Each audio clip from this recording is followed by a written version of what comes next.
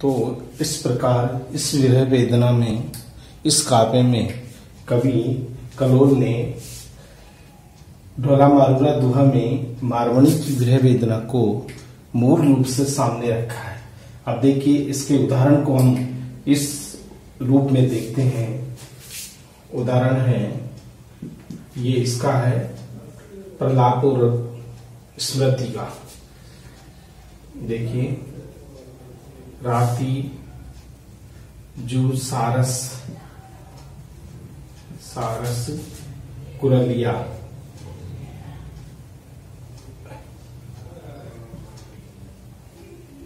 कुरलिया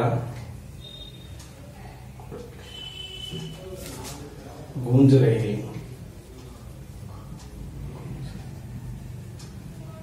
गूंज रहे सब ताल,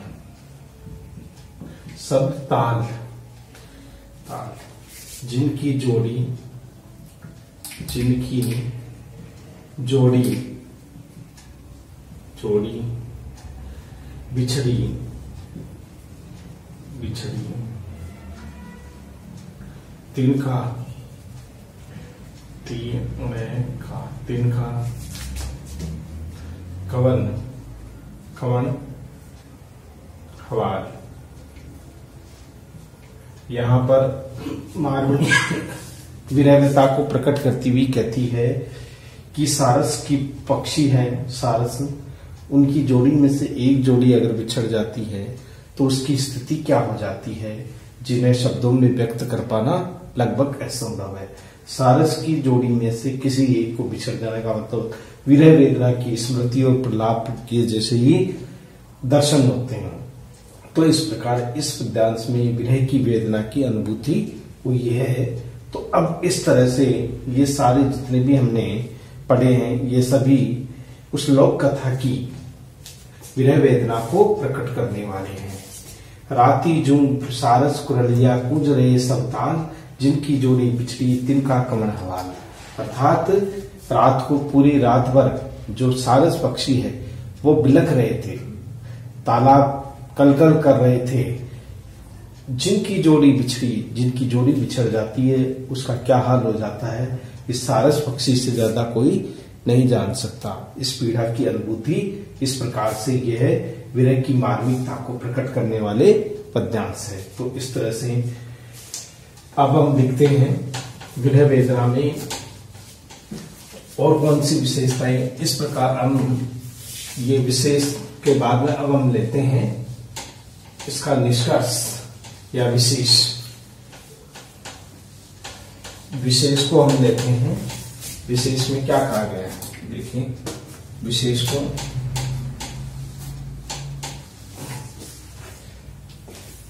विशेष में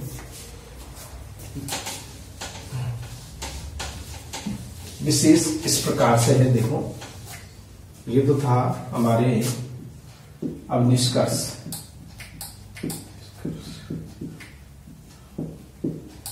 इस प्रकार ढोला मारू मारू रात दुहे में, दुहा में मारवणी की विरह वेदना को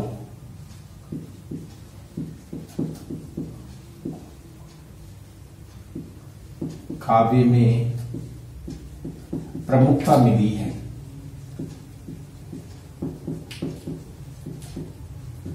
प्रमुखता मिली है। इस काव्य का ये पक्ष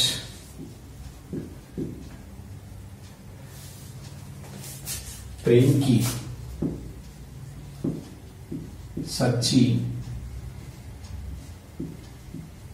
अनुभूति कराता है।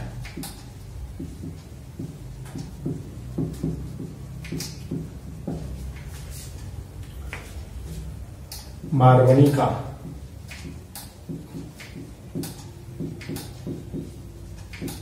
विरह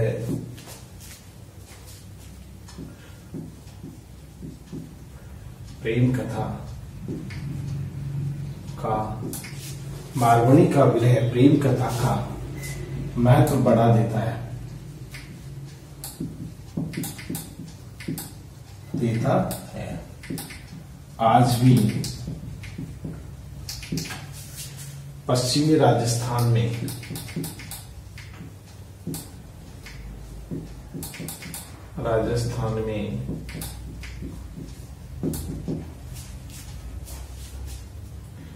इस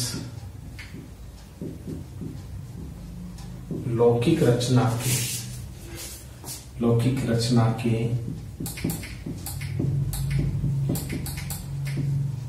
विरह पदों को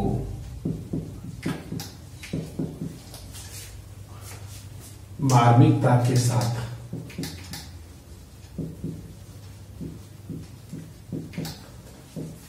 वाद्य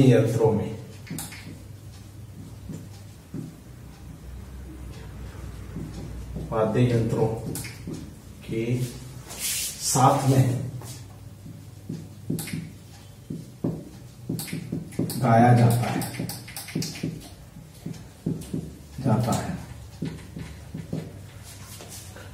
यह राजस्थान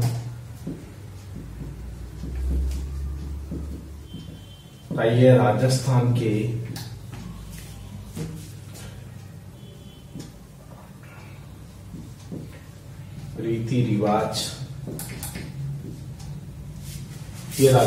रीति रिवाज, परंपरा, रीति रिवाज, भाषा, खान पान, आचार विचार,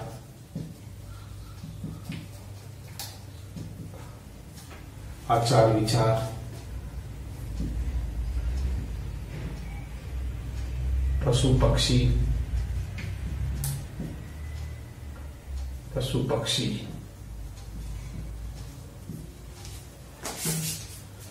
सभी पर प्रकाश डाला गया है। वास्तव में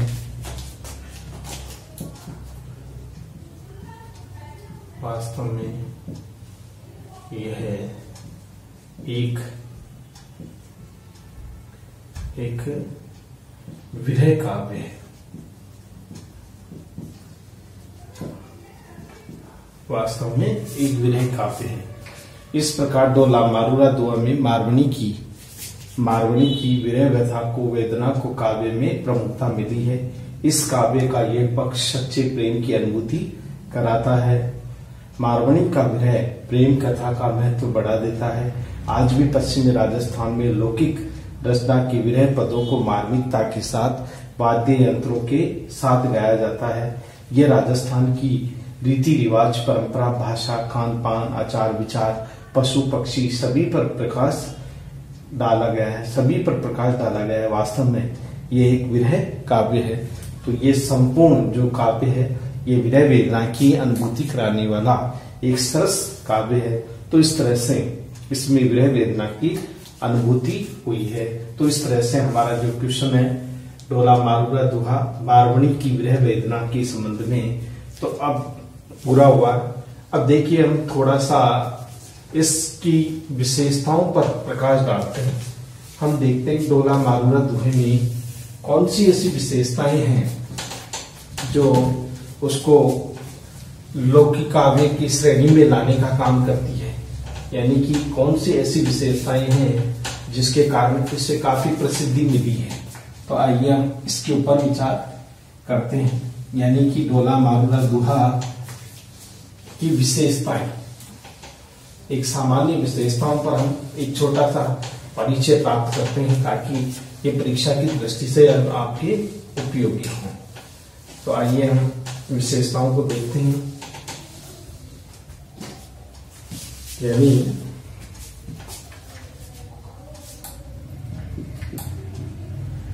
डोला मारूरा दुहा सामान्य परिचय। अब हम थोड़ा सा बता दूं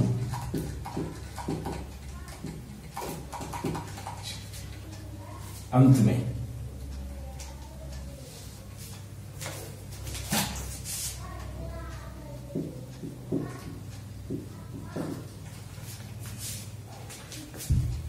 देखिए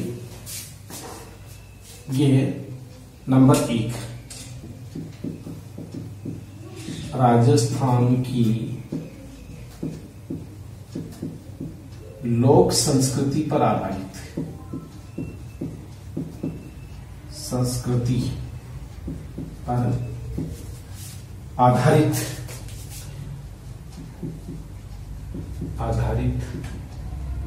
एक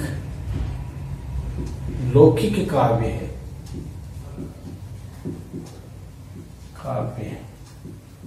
ये पहली विशेषता, ये लौकिक काव्य है राजस्थान की। दूसरी है ढोला मारू रा दुहा के लेखक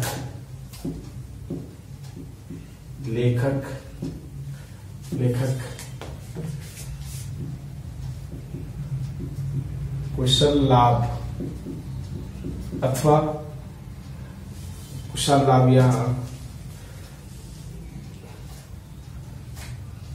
कुशल लाभ माने जाते हैं, है ना, या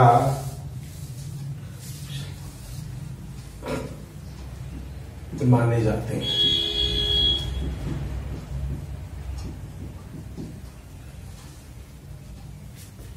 कलोल, कवि कलोल, कुशल लाभ या कलोल माने जाते हैं। ये 2 कवियों के लिए है। तीसरी विशेषता है ढोला मारूरा दुहा का रचना काल, यानी ये रचना कब हुई थी, इसकी रचना काल 11वीं शताब्दी में माना गया है। 11वीं शताब्दी से माना जाता है। चौथी विशेषता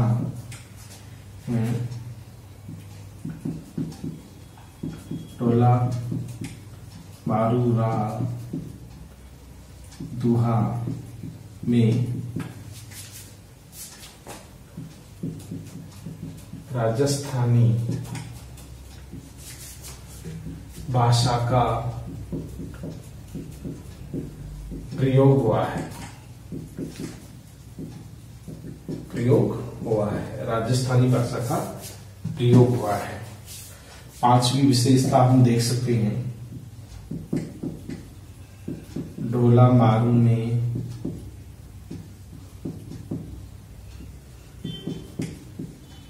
ढोला का नाम सालेह कुमार मिलता है। सालेह कुमार मिलता है, जो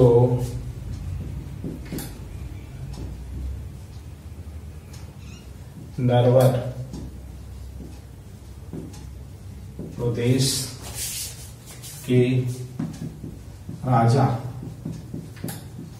नल का पुत्र है। यह सालेह कुमार का नाम मिलता है। 6वीं विशेषता ढोला मारू में मारवाड़ी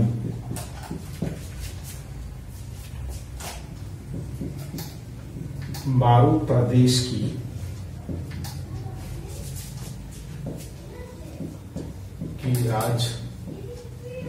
राजकुमारी है,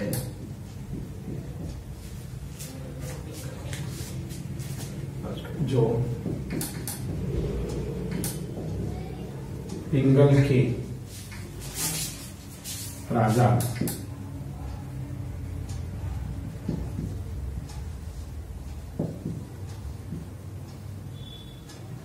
मुगल की पुत्री है।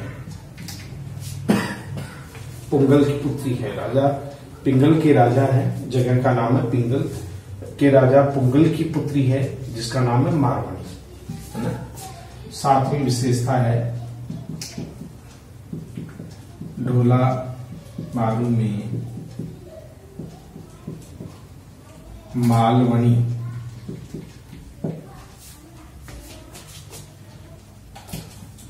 मालव प्रदेश की राजकुमारी है।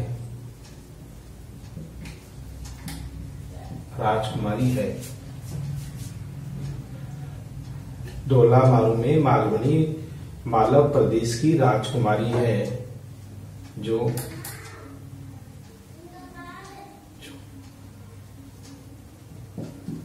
ढोला से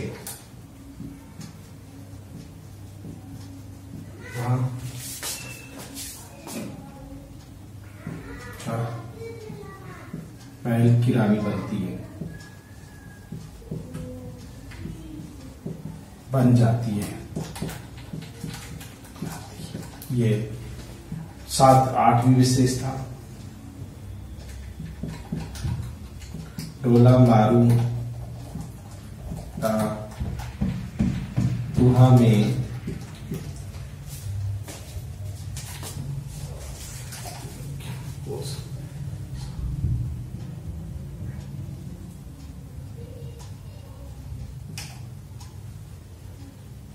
पेड़ सगाई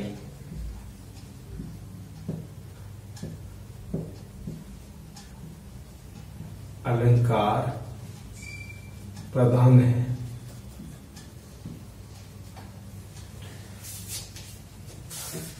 नौवीं विशेषता है ढोला मारू में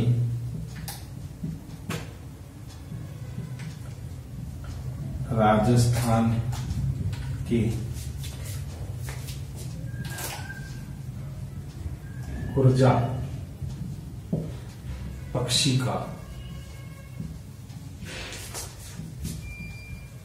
चित्रण हुआ है जो संदेश लाने ले जाने के लिए माना जाता है।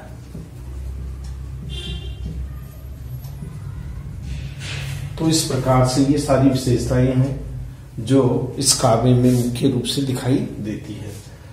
एक तो राजस्थान की लोक संस्कृति पर आधारित है, ये लौकिक काव्य है। ढोला मारूरा दुहा लेखक कुशल लाभ कलोल माने जाते हैं। रचना काल 11वीं शताब्दी से है। मारू राजस्थानी भाषा का प्रयोग है। इसमें ढोला का नाम सालय कुमार जो नरवर प्रदेश राजा नल का पुत्र है, और ढोला मारूरी मारवणी में मारू प्रदेश की राजकुमारी जो पिंगल के राजा पुंगल की पुत्री है। ढोला मारू में मालवणी मालव प्रदेश की राजकुमारी है जो ढोला से विवाह कर महल की रानी बन जाती है। ढोला मारूरा दुहा में वेण सगाई अलंकार भी प्रधान है। इसके अलावा ढोला मारू में राजस्थान की कुर्जा पक्षी का चित्रण हुआ है जो संदेश लाने ले जाने के लिए माना जाता है। ऊंट की सवारी भी प्रसिद्ध है। तो ये सारी जो चीजें हैं ये सभी ढोला मारूरा दुहा के विशेषताओं के साथ में दिखाया गया है कि यहाँ केर का पेड़ है या फिर वो क्या खीजड़ी का पेड़ है, केर के पेड़ हैं, वहाँ के पशु पक्षियों के बारे में भी ये चर्चा की जाती है। ये राजस्थान की लोक संस्कृति पर, यानी हम अंत में ये लिख सकते हैं यह एक विरह प्रेम पर आधारित एक विरह प्रेम पर आधारित एक सरस लौकिक प्रेम का परिचय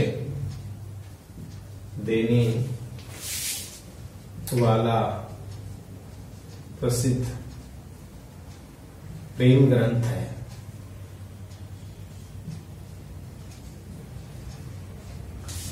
जैसे पूर्व कवियों ने भी लिखे हैं उसी तरह से ये भी एक प्रेम ग्रंथ है जो प्रेम के आधारित है, प्रेम के ऊपर आधारित है। तो ये सारी विशेषताएं जो इस काव्य में मूल रूप से देखी जा सकती है और कही जा सकती है। तो इस प्रकार ये सारी विशेषताएं किसमें है? ये मूल रूप से सभी विशेषताएं डोला मारूरा दोहे में हम मूल रूप से इस विशेषताओं को देख सकते हैं। तो इस तरह से ये एक सरस लोक काव्य है। इस सरस लोक काव्य में मारवणी की वह वेदना को ही मूल रूप से सामने रखा गया है। किस तरह से ढोला मारवण के विभाग यानी कि इस प्रेम ग्रंथ को राजस्थान की एक धरोहर कहा जा सकता है। राजस्थान की अब इसकी विशेषताएं अन्य विशेषताओं में हम देख सकते हैं। वह है जो अगली विशेषता है 10वीं वो आ सकती है, वह है 10वीं विशेषता को हम लिख सकते हैं कि यह मौखिक परंपरा पर आधारित है। मौखिक परंपरा पर आधारित है। मौखिक परंपरा का यहाँ पालन किया गया है क्योंकि राजस्थान की यानी लोक कथाओं की एक विशेषता है कि वो लिपिबद्ध नहीं होते थे। अक्सर उनको लोक संगीत में ढाल करके उनको गाया जाता था, किंतु ये परंपरा बहुत प्राचीन थी। लेकिन वह धीरे धीरे उन चीजों का अस्तित्व मिटने लगा तो उन्हें लिपिबद्ध कर दिया गया। और किसी भी मौखिक परंपरा को अगर लिपिबद्ध कर दिया जाता है तो वो सीमित हो जाती है, सीमित दायरे में। उसी तरह से उसमें मौखिक परंपरा का निर्वहन किया गया है। अब देखिए इसमें ये भी विशेषता है कि इसमें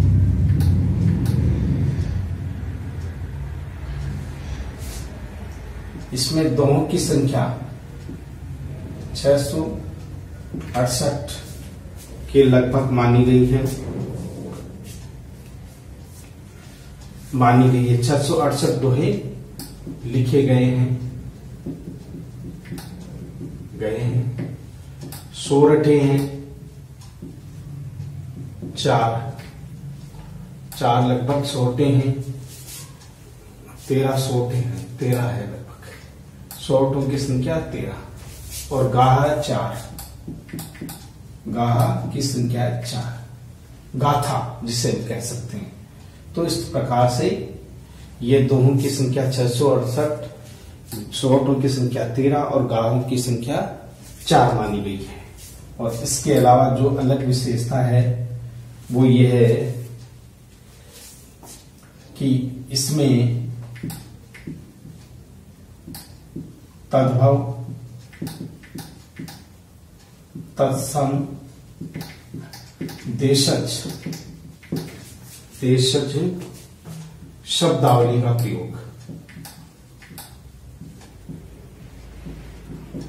प्रयोग भी किया गया है। यह है। इसके अलावा इसमें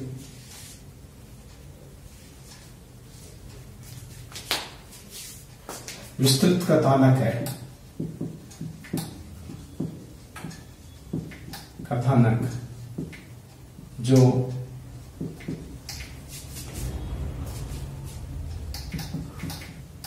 डोला मारू की प्रेम कथा पर आधारित है। तो इस प्रकार ये विस्तृत एक कथानक भी है और इसमें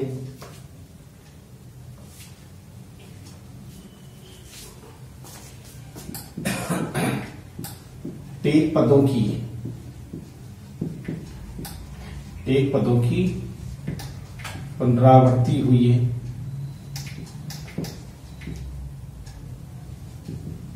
एक पदों की पुनरावृत्ति हुई है, यानी एक पद बार बार एक ही चीज के लिए लग ढोला के पास में कि है डाड़ी मेरा जो संदेश मेरे ढोला तक पहुंचा, लग ढोला तक पहुंचाई, जो संदेश है वो बार बार पुनरावृत्ति हुई है।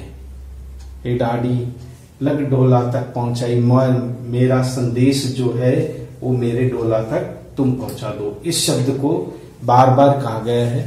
पहले एक संदेश है और पहले एक बात कही है ढोला तक अपने संदेश पहुंचाने की, फिर बाद में उसको कथानक के रूप में सामने रखा है। तो ये प्रत्येक पदों की भी इसमें पुनरावृत्ति हुई है। और इसके अलावा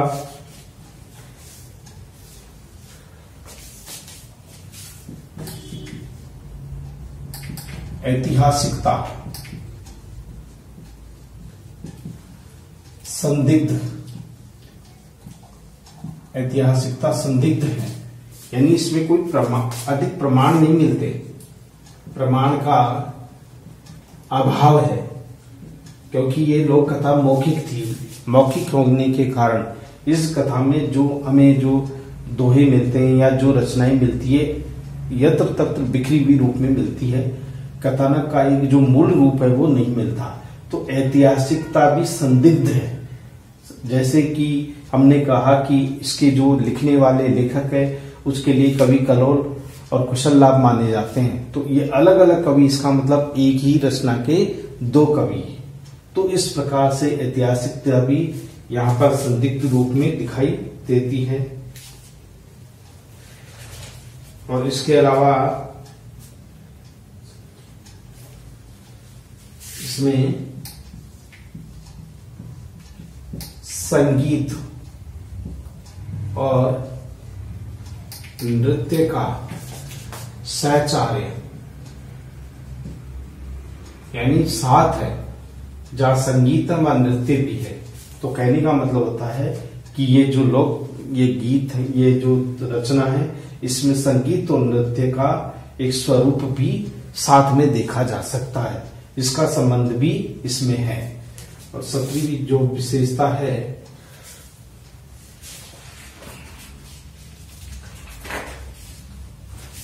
इसमें राजस्थान की लोक संस्कृति,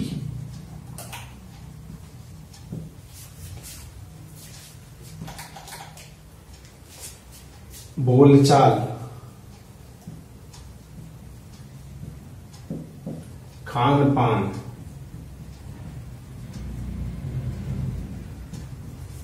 आचार विचार,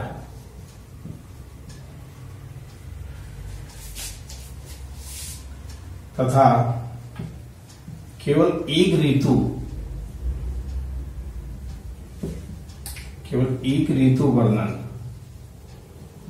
ऋतु वर्णन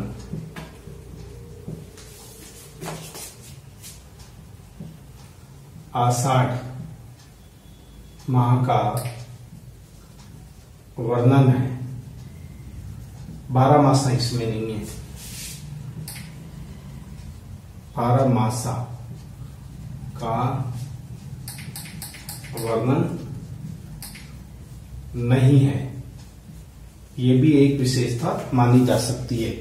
तो राजस्थान की लोक संस्कृति, बोलचाल, खान पान, आचार विचार, केवल ऋतु वर्णन आषाढ़ माह का वर्णन है और इसके अलावा 12 मासा का भी इसमें वर्णन नहीं है, यानी नहीं है। ये हमें ध्यान रखना है।